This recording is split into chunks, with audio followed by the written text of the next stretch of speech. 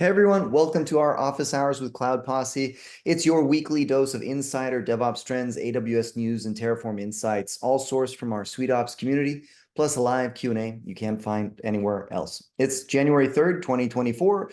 I'm your host, Eric Ostman. Real quick, I'm the founder and CEO of Cloud Posse. We're a DevOps accelerator for startups that helps teams who are overwhelmed with AWS. We do this by leveraging our over 200 Terraform modules that have been battle tested and downloaded over 100 million times. No matter where you find yourself on this journey, we're here to help your startup launch better products faster, free up your bandwidth for innovation so you can nail your value delivery every time. And if you or your team has been banging your head against the wall with underperforming infrastructure, just head over to cloudposse.com/quiz, answer a few quick questions, and we'll chart a roadmap to success for free. Now, how can you maximize today's session? First off, our format is very informal. Engage as much as you'd like, ask questions, and if you're curious about any of our open source tools or modules, go for it. For those on the recording, we host these calls live, so don't miss out. Join us live by heading over to cloudposse.com/office hours. Again, cloudposse.com/office hours. Now, I do have one ask. If you find any portion of today's office hours valuable, please share it with your team, or just head over, or by heading over to youtube.com/cloudposse, or send us a short testimonial about the value you're getting. It'll help us out a great deal. Remember, we're not just simply creating content here. We are trying to build a community, and we can't do that without your help. So with that said, here are this week's announcements. Now, it is January 3rd, so I think our industry has been away celebrating and not posting too many cool projects and links. Here's what caught my attention most recently. First is gvisor by Google. And this is not an original concept, and this is something that I believe has been implemented, but I forget the other projects. The idea is that ultimately kernel-based sandboxes that Docker is based on, C groups and namespaces and the rest of the functionality can still be bypassed if there's some vulnerabilities at the kernel level. So it's better to run your containers individually as a, for example, under a hypervisor. I think it's well known that in AWS, containers are run on dedicated VMs, so that even if there's a vulnerability, you can't access other VMs, other containers on the machine. This is a project by Google that lets you do that now. And what's interesting about it is it natively ships with OCI support, and it lets you run the containers as a process, leveraging hardware level virtualization if your computer supports that. So you get the benefits of a VM with the benefits of a container, the lightweight packaging and distribution and runtime. So sounds cool to me. Anyone know more about this?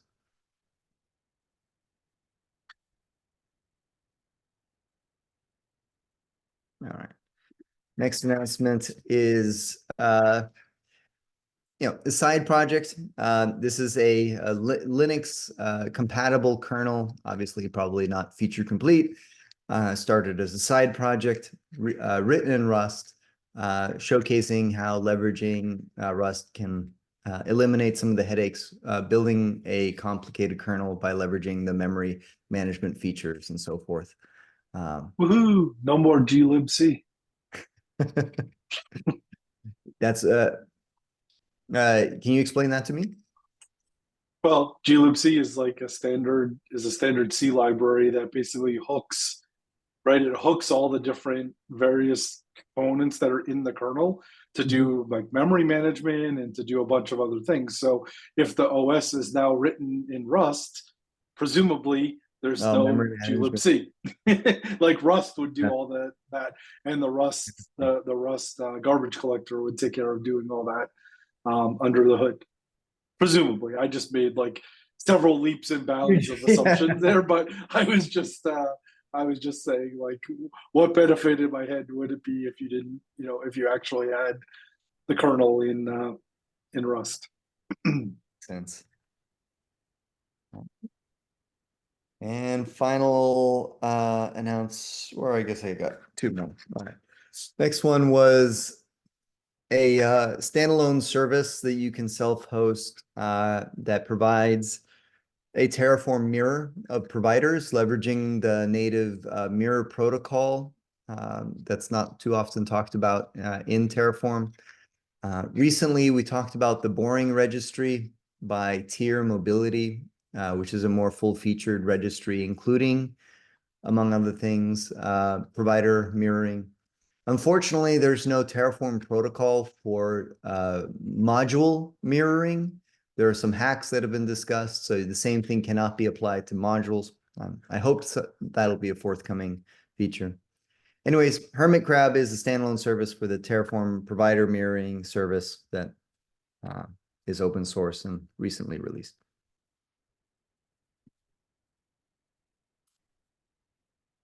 And finally, an announcement I haven't yet had the chance to test out because every time I open it up, it plays a video and I'm on a call, so I can't actually try it out. You got to register. But I hear good things. I know, Dan, you tried it out. It was recommended by Jeremy Grodberg on our team. And this is built on the Chromium engine and does a better job managing tabs and spaces, which can be collections of tabs. And Dan, you pointed out that it actually understands some resources. For example, if you bookmark, was it GitHub repositories, it'll tell you if there's new PRs that you haven't reviewed. Yeah, so I mean, there's a couple benefits to this. I think it takes a little while to get used to reorganized browsers, considering that browsers have generally been the same my entire life.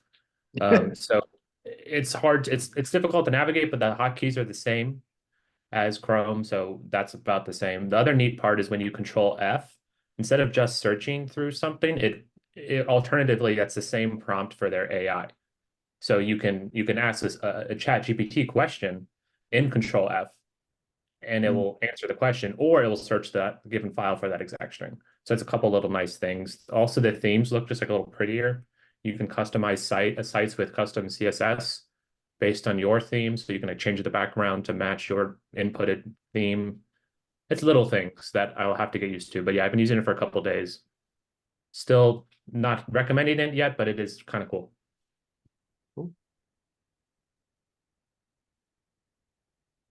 What browser were you using before this? Were you on Chrome or Brave? Yeah, I was on Chrome.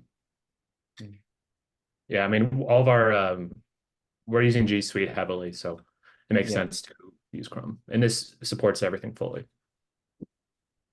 Cool.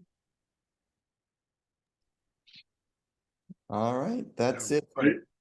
I sort of see this as the equivalent of the Warp terminal for browsers, because that's basically what, like, if anyone has used the warp instead of, like, iTerm2 or one of those things, it has like its own macros and AI built in, and its own like searching and a bunch of other things that make it significantly faster to do things in than using your using a bunch of plugins with like ZSH or whatever. So it still supports ZSH in all of its plugins, but it has a bunch of enhancements like on top of it, including some, they're showing you right there, some really cool browser completion, or not browser, but command completion, CLI completion logic that's built into the terminal itself. And you can see you can do multi-cursor editing and a bunch of other things. So it's fun. That's slick. Work. Yeah, I've been using it for about a year now and been pretty happy with it. Oh, it's a commercial terminal, huh? Yeah. It's not that expensive though. I think, yeah, and there it is. If you're under five team members, I guess you can, it's free. All right. Well, I had a quick question I was going to ask for anybody, but Matt, you mentioned you've been using Warp for a year. And I guess this goes back to the ARC too. If a new tool comes out that I have some inclination that will expedite my workflow, I'm down to try it out, right? But then I found with Warp and Arc, they're just different enough that I get stuck on some sort of keyboard combination or something that I'm comfortable using in another browser. And then I just kind of put it to the side because I'm like, man, I can't do X, right? So I was going to ask, what's your flow? Did you just go cold turkey and say, I'm going to use Warp and then just hack it out and grind until it works? Or do you do something different? Yeah, so without trying to sound arrogant or whatever, for some reason my entire life I've been able to absorb new technology really quickly.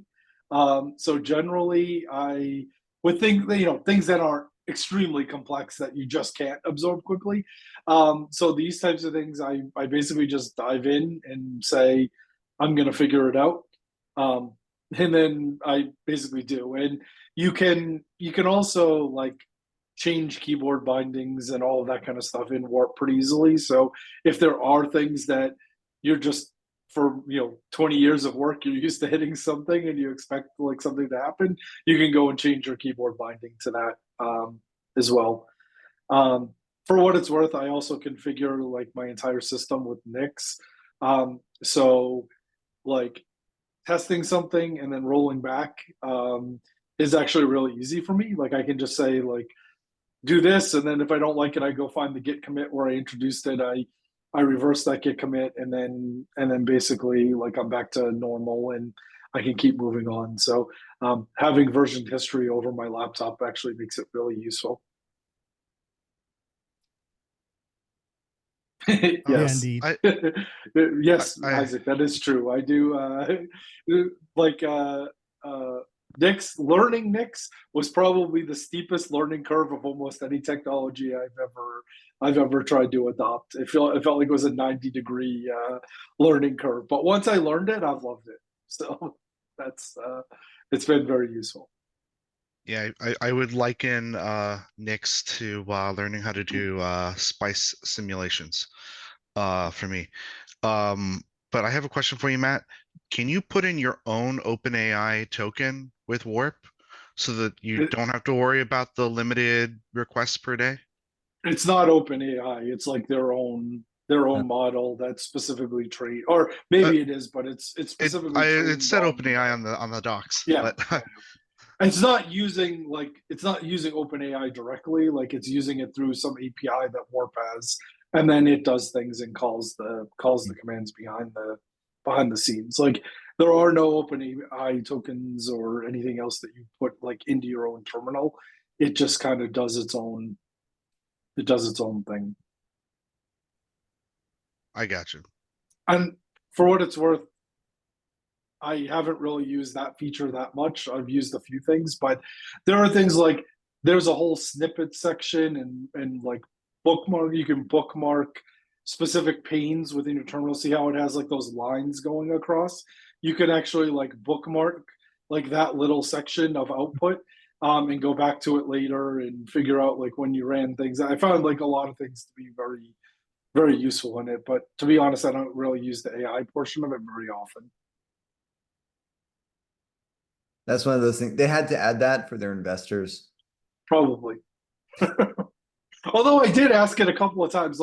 There was some crazy thing I was trying to do, extract something using awk and sed or whatever, and I literally just asked the thing here's what I want to do. I want to extract this from here and here, and it spit out a command that worked pretty easily. I was like, whoa, that was pretty useful. So I didn't have to leave the terminal, which was good.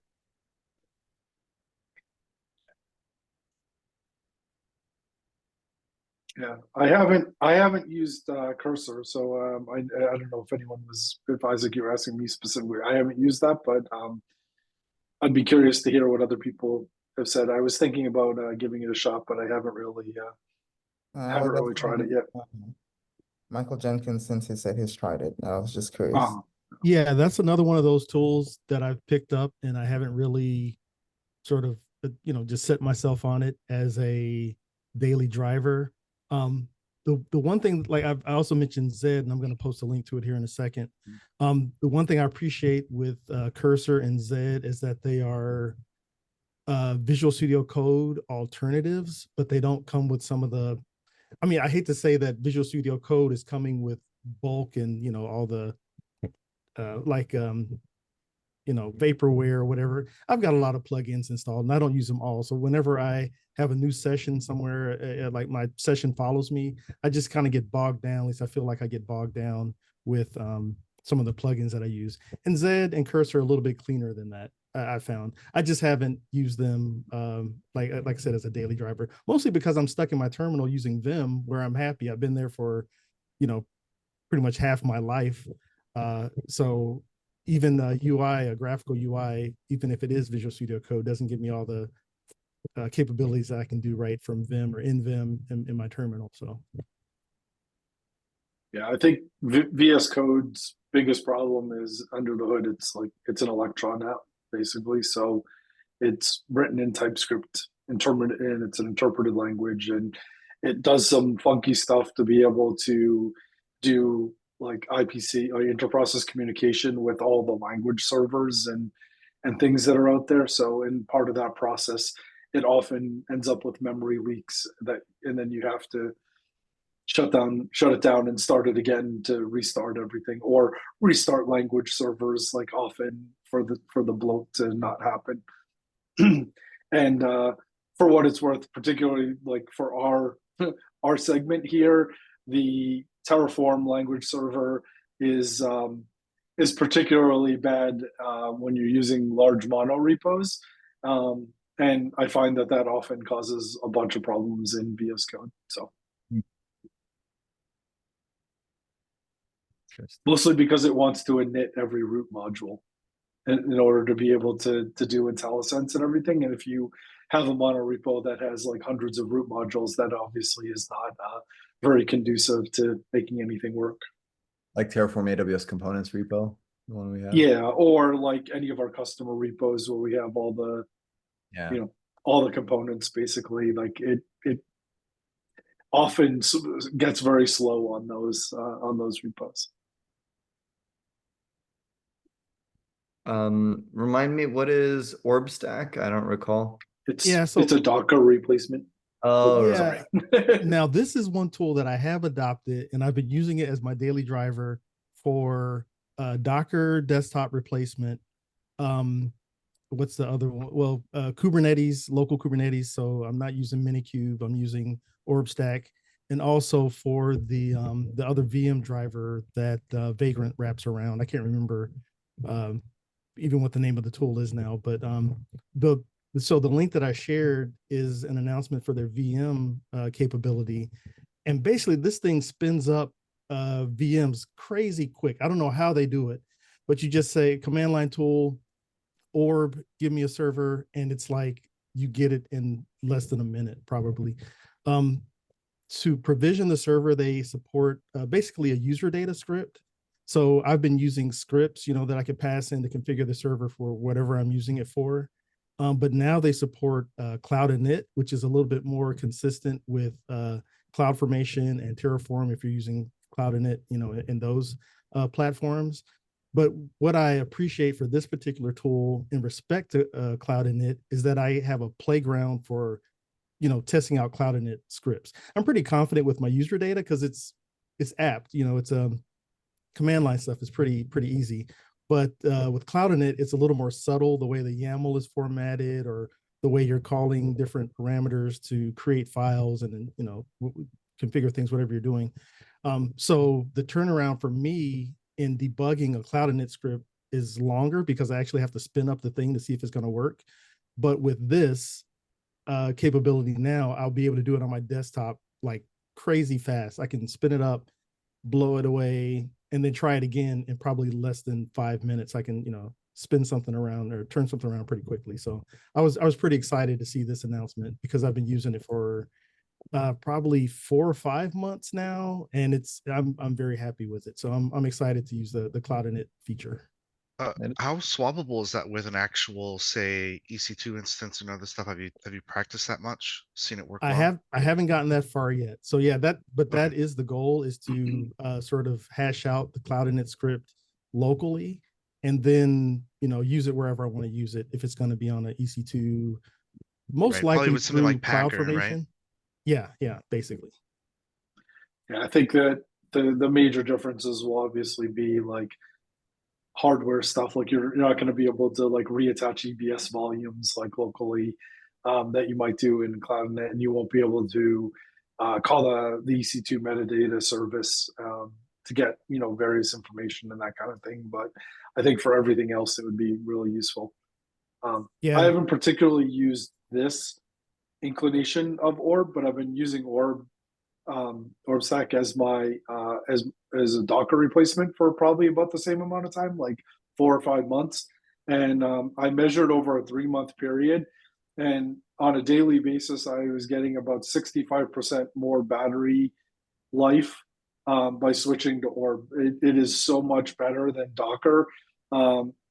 Particularly, they fixed all the crazy like file mount slowness too. Like it's so much faster when you're mounting all the Mac file systems into your Docker container. It's like native speed, and so I've seen both like lower memory consumption, better CPU utilization, and fix all the crazy like Mac volume mounting inside of Docker, which Docker Hub, I mean not Docker Hub, Docker Desktop has had for forever. So I've been really, really happy with it.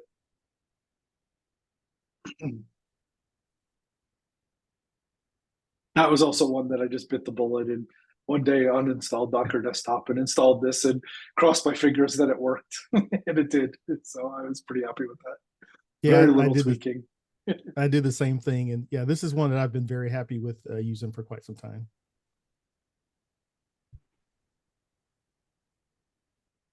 Okay, you guys have inspired me. I've just deleted Docker. I'll let you know.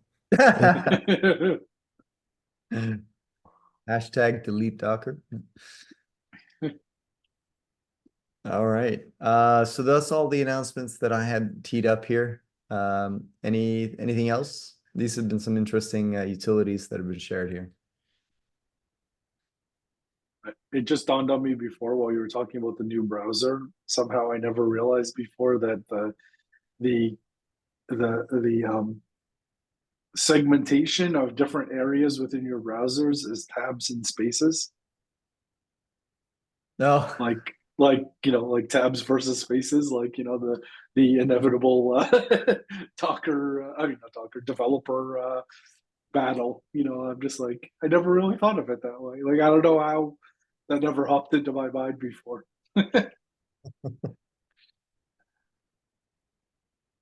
Yeah. All right. Well then Q&A. Any questions we can get answered today?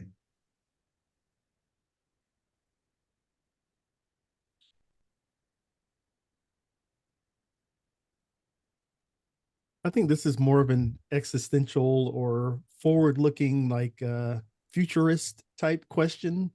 But just looking at the tools, from the HashiCorp platform that have been forked off. I mean, we know OpenTofu, now there's OpenBow. I'm just wondering, and Tofu being Terraform, Bow being Vault, if I'm not mistaken. What's the next one that you see spinning off? And that's for anybody, I guess. As specifically a HashiCorp product, did you say, or in general? Yeah, just like I don't know if like, are we done as a community with forking HashiCorp tools because we put the torches and the pitchforks away because they changed their code model, their open source model, or if like say Packer or Nomad, or is anybody just like they don't care about those because there's no external business model built around those enough to warrant a fork of those tools?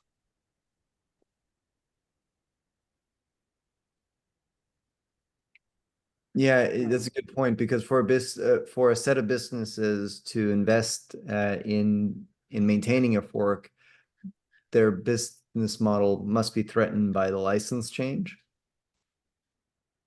Or there's an opportunity for them to create a new business with the license change. One of the two, right? Yeah. True.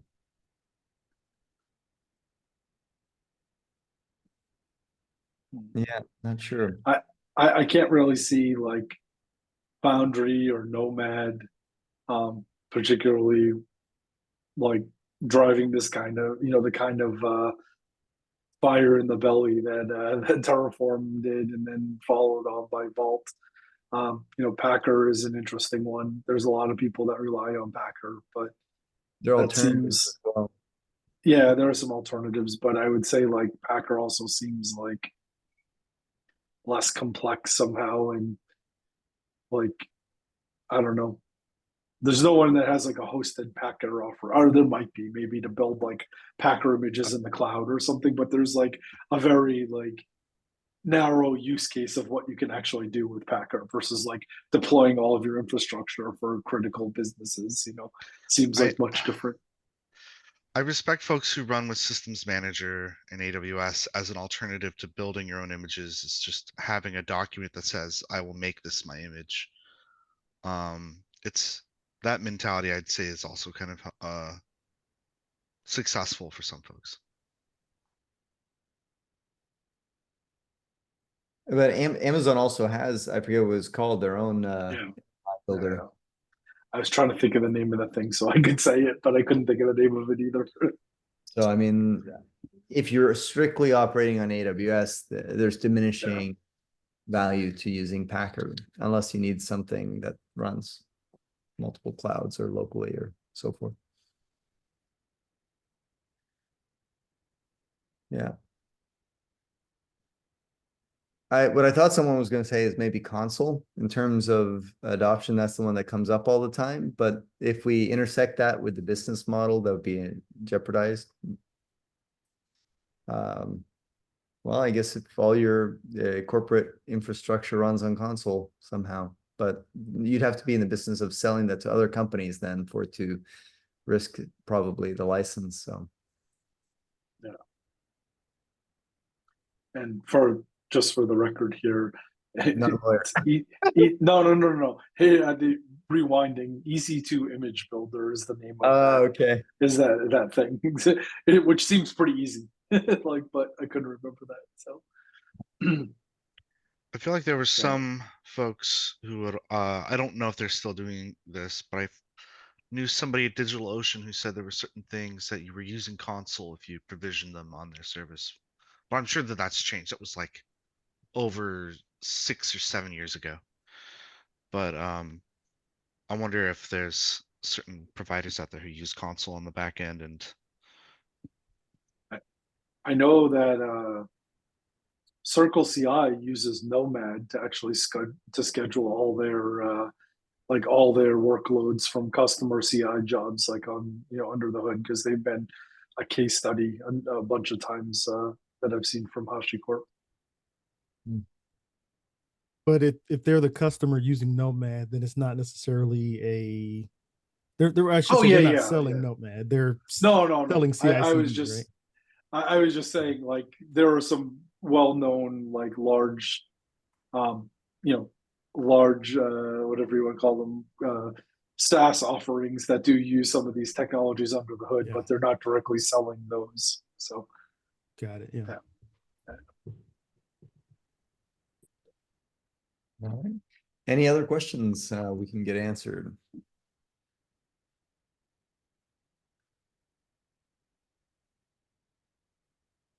I do have one. Go for it, Elvis.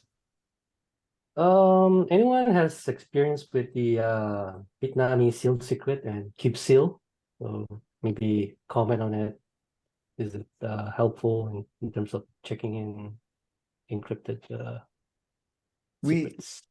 We evaluated a few different options, and in the end, settled on SOPs operator for the purpose of trying to do what you're doing. I can't commit, or I can't say conclusively that you can't do some of those things with the cube. What was it? Sealed secrets, and I forget the other one you mentioned. But what was really nice with the SOPs operator is that it works together with KMS as well if you want to use that. And if you're on AWS, that means then you can have AWS manage the encryption keys and leverage IAM to delegate access to that to users or to automated systems like processes running inside your Kubernetes cluster. So we use the SOPs operator for customers that prefer that, or I mean that want to go this route.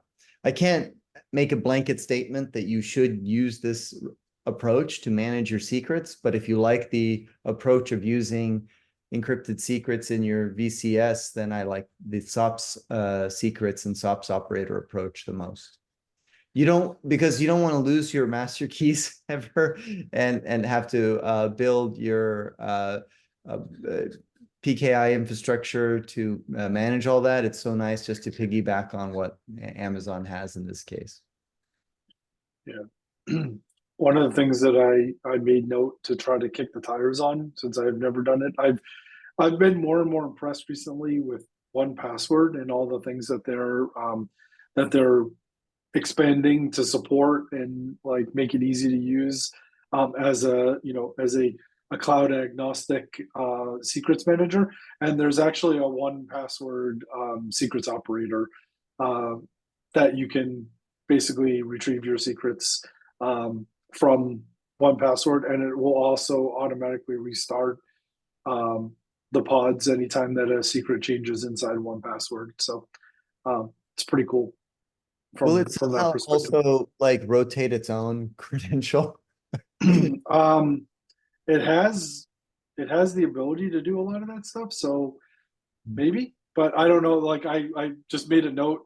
I was looking at all the new things that it supported. I finally got rid of my custom my custom script that I was doing to populate my shell with all different secrets from 1Password, and started using their direct plugins integration on everything that I was able to get working with that. So as I was exploring that, I found the 1Password operator, and I was like, oh, we should really kick the tires on this thing to see if this might be a way, for people that don't want to use the AWS native way, because this also gives people a fairly easy way to do permissioning and give people the ability to change secrets or rotate secrets like through 1Password, and then have that flow through to Kubernetes. So I thought that was pretty interesting. It's a lot easier, I guess, in my opinion, than instructing them how to assume IAM roles and do things in the in the console and yada yada. It's a lot easier to just do it in 1Password. Go update the secret, and then it will be updated on the cluster. So everything Matt said, and then adding one more thing. And using deployments to rotate secrets isn't an ideal way, especially since oftentimes you have multiple accounts. So basically, when you rotate that secret, now whatever production service was using that secret is offline until that deployment completes. So if you are rotating secrets, you want that to be more or less instantaneous. So doing something like what Matt was suggesting with 1Password and the 1Password operator makes that more seamless. Or our go-to is predominantly using SSM with KMS secrets and then external secrets operator to rotate them. But similar thing is like using AWS services to update those passwords or those secrets is, well, I guess it's easier than the sealed secrets approach or the encrypted secrets approach, but it's still not as easy as 1Password. Like 1Password, you can give that you can give that to a manager and expect them to easily rotate those secrets and have a separation of duties or responsibilities. Yeah, and there's also like 1Password like alerts where you can set like maximum secret age and things like that, and then it will tell you in that watchtower view at the beginning. That's like cool. This is overdue to be rotated. Click through here, and then you do that, and you can just set a new secret, tell it to generate a new secret and store it, and then you're done, and then all your pods will be updated with the new secret, which is pretty cool. Oh, but you can do that with a Lambda and SNS topics and an API gateway. Yeah, exactly. You can keep us in business of doing all that crazy work for no reason. All right, I see two questions in the chat here. Alex Atkinson asks, let's see, our first one is probably covered previously, but can anyone speak to Virtuo FS for solving macOS Docker file system performance issues?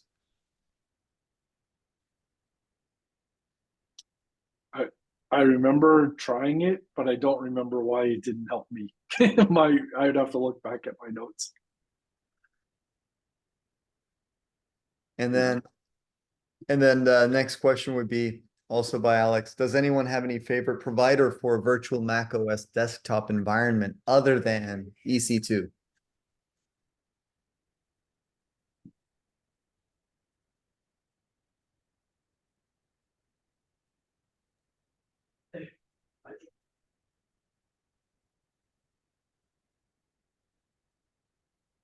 No takers on that one? All right. 1 second here. I get my gonna turn this off here. Parents. All right, there we go. Screen sharing stopped. Questions? There's no more questions. Go for it. What are some tools that people use to interview, like to give an interview, to interview candidates? Any online tools that people really, make that process easier? So more of the technical interview, like where you want to assess someone's abilities and communication skills and stuff like that.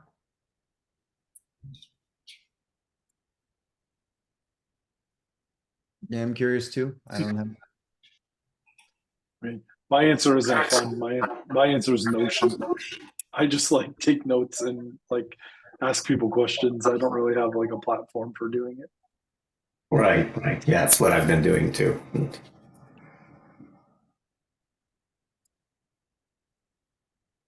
What is SAD servers? It's a troubleshooting tool that you can use for your interviews, I guess. It's like leet code for infrastructure. Interesting.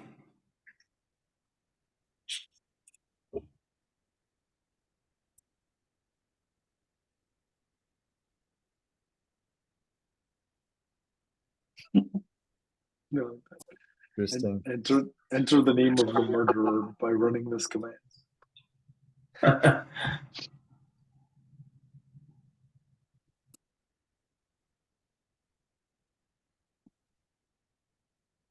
right. Cool. Any other questions we can get answered? We got about 20 more minutes. Oh, I see. Is there another one here in the Q&A? Let's see here. No.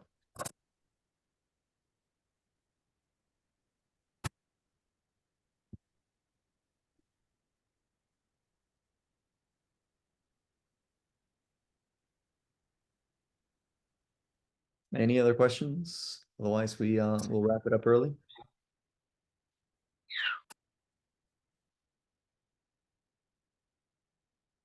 All right. I do have one, maybe.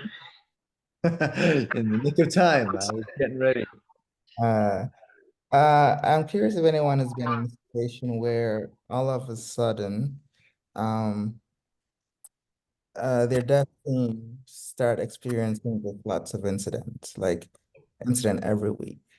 Like how do you dig yourself into that hole and get back to some semblance of stability? I know that's a very vague prompt, but I'm assuming it's not such an uncommon experience. Like, you've all been working in your dev stage and things have been fine, and all of a sudden you're exposed to real production scale and everything just crumbles. So just curious. Have you some concept or notion of like an error budget? I really like conceptually that model where, if everything's running smoothly, you can be a little bit more aggressive, you can take some more risks. But when your error budget is depleted, then you start, putting moratorium on certain kinds of changes. And everyone is aligned on this error budget and is accepting that there will be pushback if the error budget is depleted. And Yeah, I was going to say the how that's same thing. implemented is basically like SLO. Yeah, I was going to say the same thing, to look at your feature development and stop your feature development, focus on fixing the errors, basically looking at your SLOs. Yeah, that's the best way to approach it. Thanks. I have heard of error budgets, but I haven't delved into them in any sort of detail. So I will do some reading. Thanks for the link. Yeah. What's nice about that is I think if you get that everyone aligned behind that, it's an easier way to do pushback that is more objective. It's like, you know, you're just following your own principles you set forth. Got it. That's helpful. Thanks. That's also assuming that the source of your issues that you're talking about are code. You know, so if you have platform stability issues, then that's also like something that, you know, depending on how your team is set up, if you have an integrated like dev and DevOps team, like it's quote unquote supposed to be in all the literature, it's easy to do that. But if you know, if it's segregated, then it's a lot harder because you need to sort of put a bottleneck on deploying new features until you stabilize the platform. Even though the developers have coded the new features, you may need to like delay the actual deployment of those until you can stabilize like the platform that they're being delivered to. So unfortunately, it ties into all sorts of organizational politics. Yeah, I definitely think that that politics part is going to be the hardest game to play. And about, you know, this unicorn DevOps, dev integrated SRE teams, development teams. I'm yet to see one in the real world, but I'm very happy for those that experience it. You haven't worked at Google or Facebook? Not yet. I'm just kidding. Yeah. So I've always said that you know, religion and politics are levels 8 and 9 of the OSI model, and those are always the most tricky.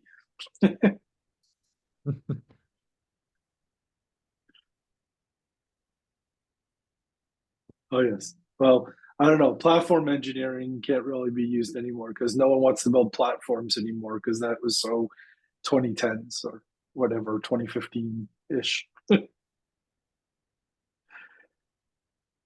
It's like developer self-service portals or whatever they're calling them now, something crazy. Yeah,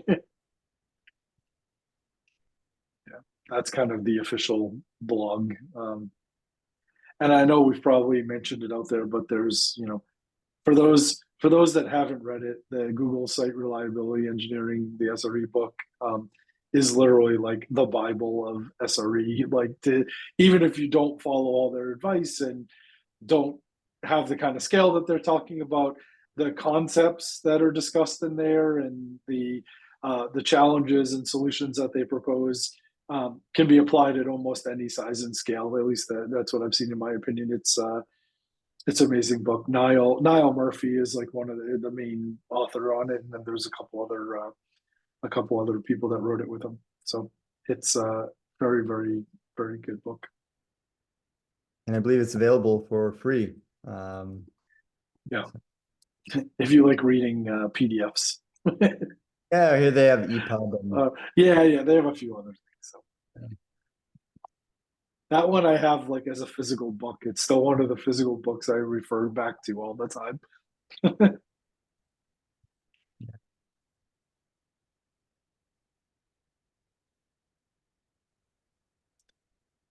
So for what it's worth, Niall Murphy worked for Google and then left Google, and he was the CTO of Azure. Mm, one point. So he actually helped build like a ton of that. And then he's now moved on and he has his own consulting company now with a bunch of others that are working on these very large scale problems as like as a consultancy now, which is interesting. that's cool. That's some pedigree. Yeah. He's a really nice guy too, for what it's. All right. Last call for questions.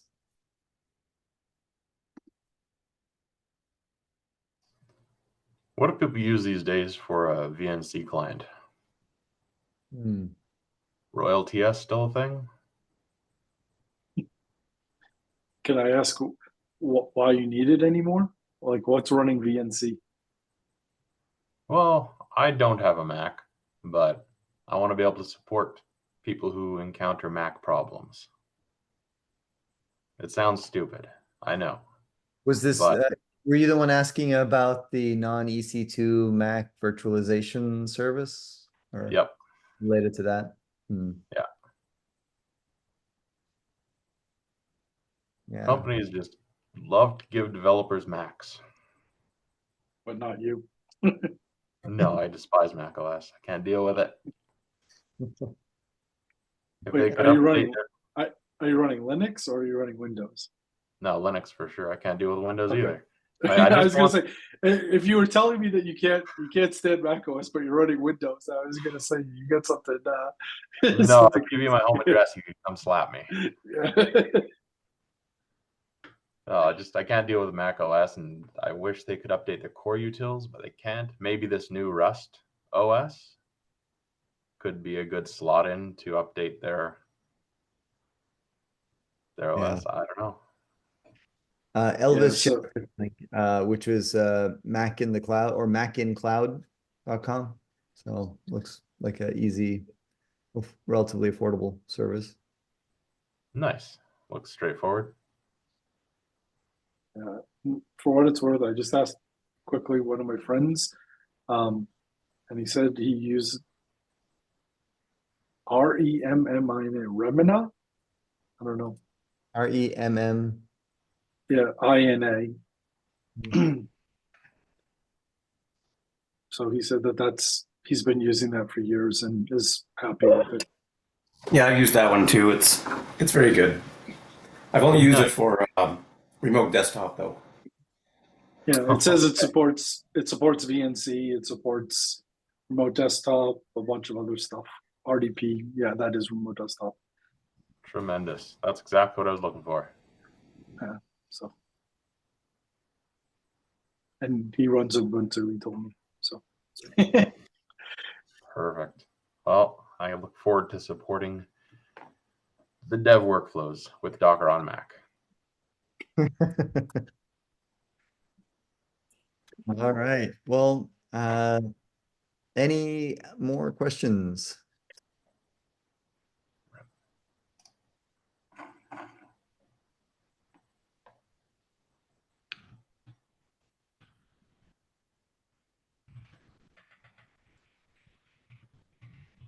Going once. Going twice. All right. Well, thanks everyone for your participation today.